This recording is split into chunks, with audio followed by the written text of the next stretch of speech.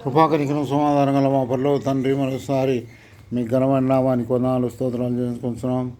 ఉదయకాలం ఉంటే ఇంతవరకు కాల్చినారు, కాపాడినారు, భద్రపరిచినారు. స్తోత్రాలు. ఈ సాయంకాల సమయంలో ప్రభా యూట్యూబ్ చేస్తుండగా నీ తోడు నీడ దయచేయండి ప్రభా. అనేకులు రక్షణ లేని వారికి రక్షణ పోవడం వారు ఉద్యోగం దయచేయండి. నేను అక్కడ కనుక మెలకోగలిగిన జీవితాన్ని జీవించడం ఉత్సాహం దయచేయమని యేసుక్రీస్తు పరిశుద్ధ నామమున స్తుతించి ప్రార్థించి వేడుకొనుచున్నాం తండ్రి. ఆమేన్. దేవుని వాక్యంలో మనం గమనించినట్లయితే ఆమోసు గ్రంథం 4వ అధ్యాయం 12వ వచనములో ఈ విధంగా దేవుని వాక్యం రాయబడింది.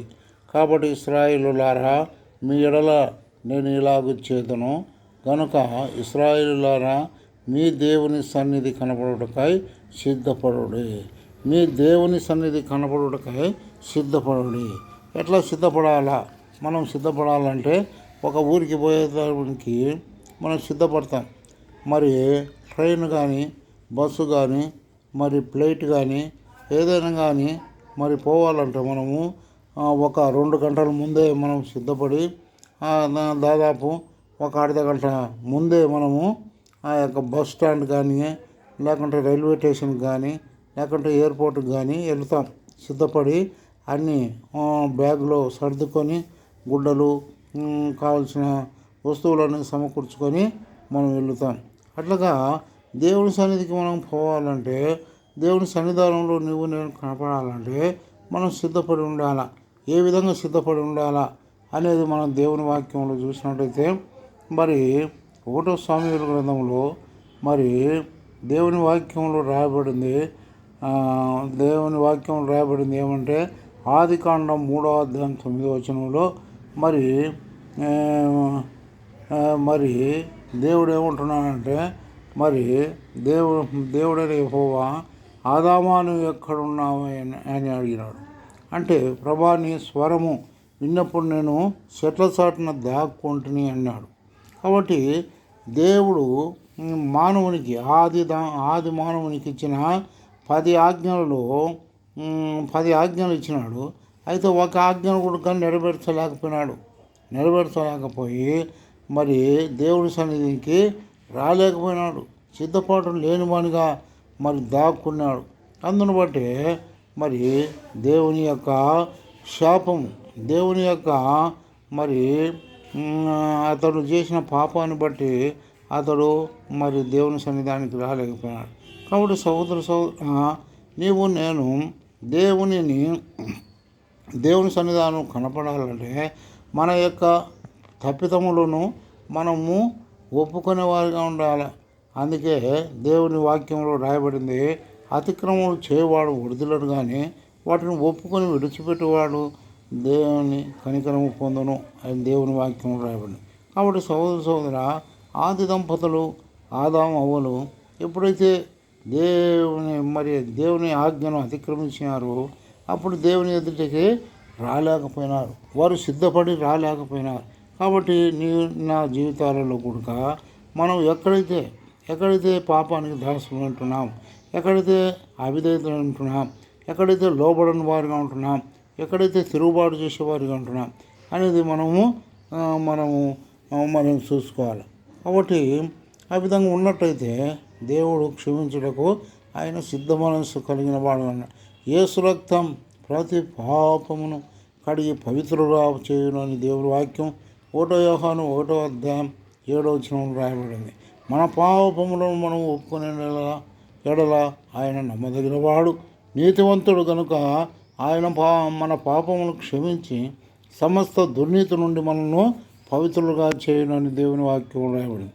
కాబట్టి సహోదర అంత మాత్రం కాక ఇంకా దేవుని వాక్యంలో మనం చూసినట్టయితే మరి దేవుని వాక్యంలో ఈ విధంగా రాయబడింది.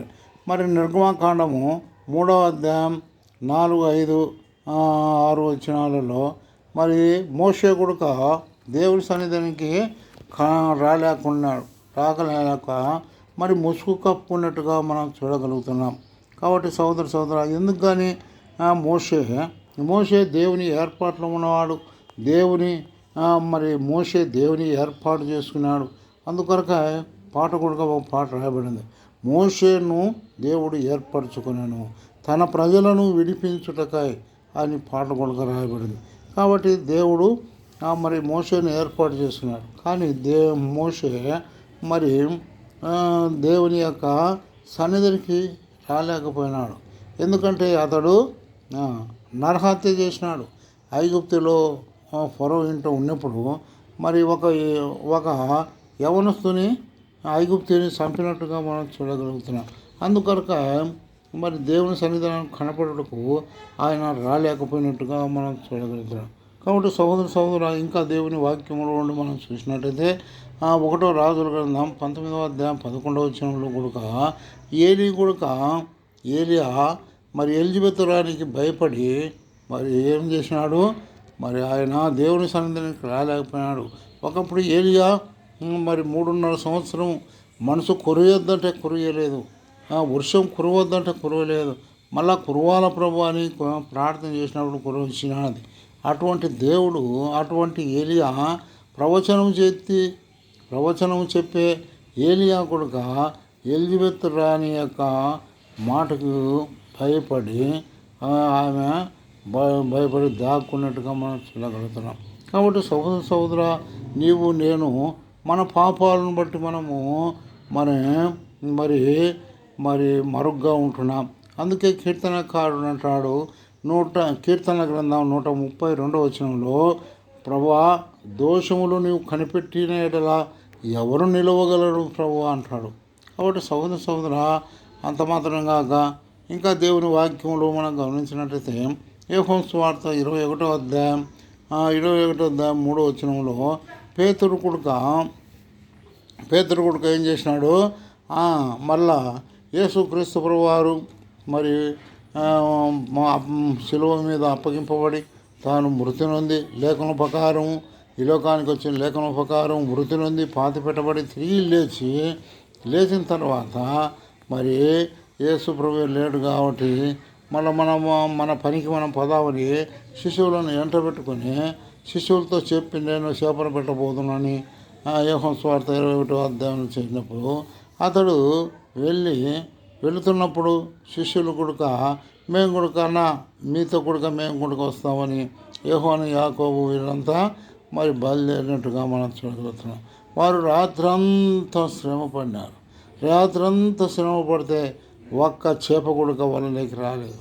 అయితే మరి యేసు ప్రభు వారు ఆ నీళ్ళ వారి ప్రయాసాన్ని చూసి వారి సముద్రం మీద ఆగుపడి, అయ్యా పిల్లలారా తినుటకు ఏమైనా ఆహారం ఉందా అని అడిగినప్పుడు లేదన్నప్పుడు నా మాట కుడివైపుకు వల వేయడని కుడివైపు వేసినప్పుడు విస్తారమైన చేపలు పట్టగలిగిన.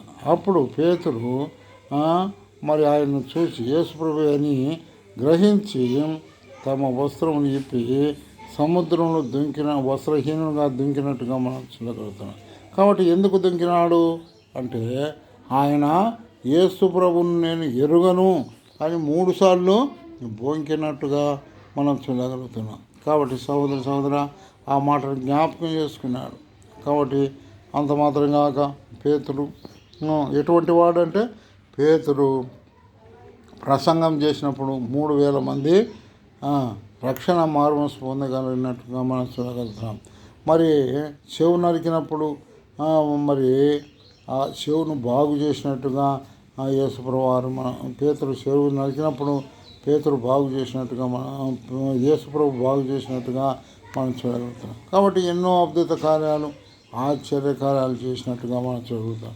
కాబట్టి సహోదర ఈ యొక్క రాత్రికాల సమయంలో దేవుడు నీతో నాతో మాట్లాడుతున్నది ఏమంటే, మనం దేవుని సన్నిధానానికి మనం సిద్ధపడుతున్నట్టయితే దేవుని స్తోత్రాలు. అయితే సిద్ధపడకపోతే ఈ యొక్క రాత్రికాల సమయంలో దేవుడు నీతో నాతో మాట్లాడు. ఇంకా దేవుని వాక్యంలో చూసినట్టయితే 1 సమూయేలు గ్రంథం 22వ అధ్యాయం 17 నుండి 19 వరకు చూసినట్టయితే అందరినీ చంపెను అని దేవుని వాక్యంలో అక్కడ రాయబడినట్టుగా మనం చూడాలి. కాబట్టి నీవు నేను దేవుని సన్నిధానంలో కనపడాలంటే మన తప్పిదాలు మనలో పాపం లేనప్పుడు దేవుని సన్నిధానంలో మనం కనపడేవాడిగా అంటాం. అందుకొరకే దేవుని వాక్యం రాయబడింది. కీర్తన గ్రంథం 24:11 వచనంలో యథార్థముగా ప్రవర్తించు వారికి ఆయన ఏ మేలు చేయక మానడు అని దేవుని వాక్యం రాబడి. కాబట్టి సహోదర ఆయన సన్నిధికి నువ్వు నేను కనపడాలంటే మనం యథార్థవంతులుగా ఉండాలి. యథార్థవంతులుగా మనం జీవించినట్టయితే ఆయన సన్నిధికి మనము కనపడే వారిగా ఉంటున్నాం. కాబట్టి సహోదర నిన్ను నన్ను యథార్థవంతులుగా చేయటక నీవు నేను దేవుడి సన్నిధానంలో కనపడేటకాయ మన తప్పిదాలన్నీ క్షమించటకాయ ప్రభుని యేసుక్రీస్తు వారు ఆ పరలోకం నుండి భూలోకానికి వచ్చి ఆ కలువరి శిలువలో బలి అయి రక్తం కార్చి చనిపోయి సమాధి చేయబడి తిరిగి రానంటున్నాడు. కాబట్టి సహోదర మరి నువ్వు ఆయన ఎందుకు విశ్వాసం ఉంచితే యేసుప్రభువా నేను కొడుక నీ రాకట్లో నేను కొడుక నీ సన్నిధానంలో నేను కొడుక కనపడాలంటే నీతో పాటు నేను కొడుక ఎత్తబడాలంటే ప్రభా నాకు అటువంటి మనస్సు దయచే ప్రభా అని అడిగినట్టయితే దేవుడు క్షమిస్తాడు. ఆయన క్షమించుటకు సిద్ధమైన మనస్సు కలిగిన వాడుగా ఉంటాడు. కాబట్టి సహోదర మరి ప్రభుని యేసుక్రీస్తునందు విశ్వాసముంచుము, అప్పుడు నీవు ఇంటి వారును ఆత్మరక్షణ పొందరు. ప్రభు ఈ వాక్యమును దీవించుగాక. ఆమేన్.